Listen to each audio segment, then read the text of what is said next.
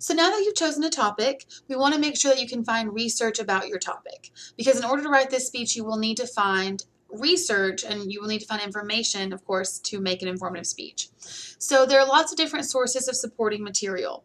So one is yourself. You can use yourself as a source. So that is going to be, if you have personal experience with the topic, then you're going to be a good source of information. So for example, if you are writing about a Little League team, for example, and you played Little League, or if you coach a Little League team, then you can say, in my experience, I've been coaching for 7 years, Little League team, and this is what I've learned. So yourself is one sort of topic. Another is, of course, the internet, right? So you can Google things. I suggest using Google Scholar. If you haven't used that, that has a lot of good academic articles and things like that that are really more credible than just any random Google search, and you can be more specific. Of course, there are online databases. One really good source is you can go to Carl Albert's website and go to the library link, and you can use something called Academic Search Premier. So I'm going to show you here, I'm going to try to show you here what I'm talking about here. So if you go to EBSCOhost, that's a really good spot, and I'll include a link here for you. So for example, you can go here and you can type in any kind of topic. So let's say your topic is Dorothy Parker, the person. Then that is going to pull up some different things for you there. So you can go to Academic Search Premier, you can pull it up,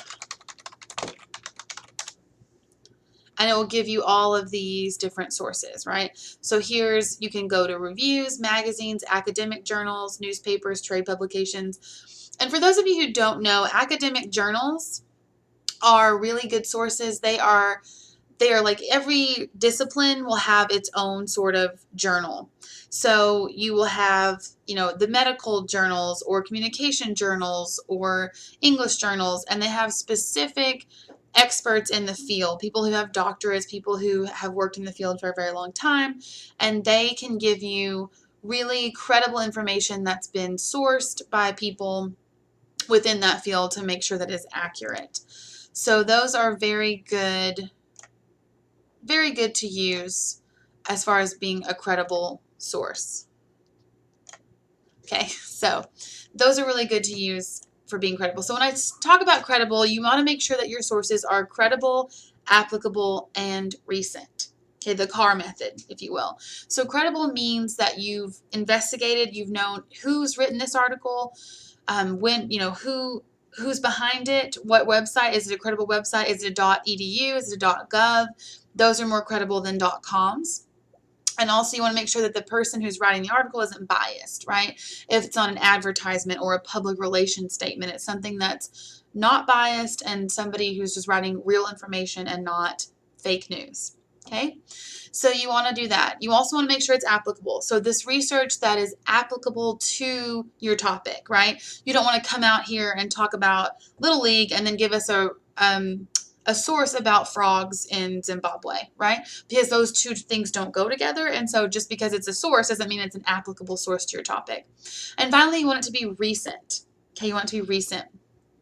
So that means within the last few years, right? And why would we want it to be recent? Well, if you're writing something about some new medical technology and you're using sources from 1974, it's probably changed since then. Okay, so your information may not be up to date. So you want to make sure that your articles or your websites that you're using are recent. You can also, of course, use traditional library holdings, right? You can go to the library, check out a book on the topic. You can use the newspapers. That's a good source to use.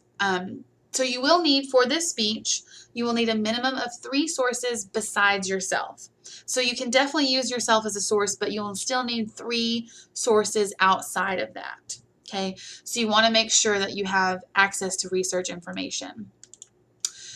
So also I want to tell you that you need to cite those sources. So you will need to turn in a reference page, a works cited page for this speech as well. So you want to always make sure that you are going to be giving credit where credit is due when you use sources. So that's a little bit about research. If you have any questions or comments or concerns about anything to do with researching, make sure you shoot me an email. I'm happy to help you with that.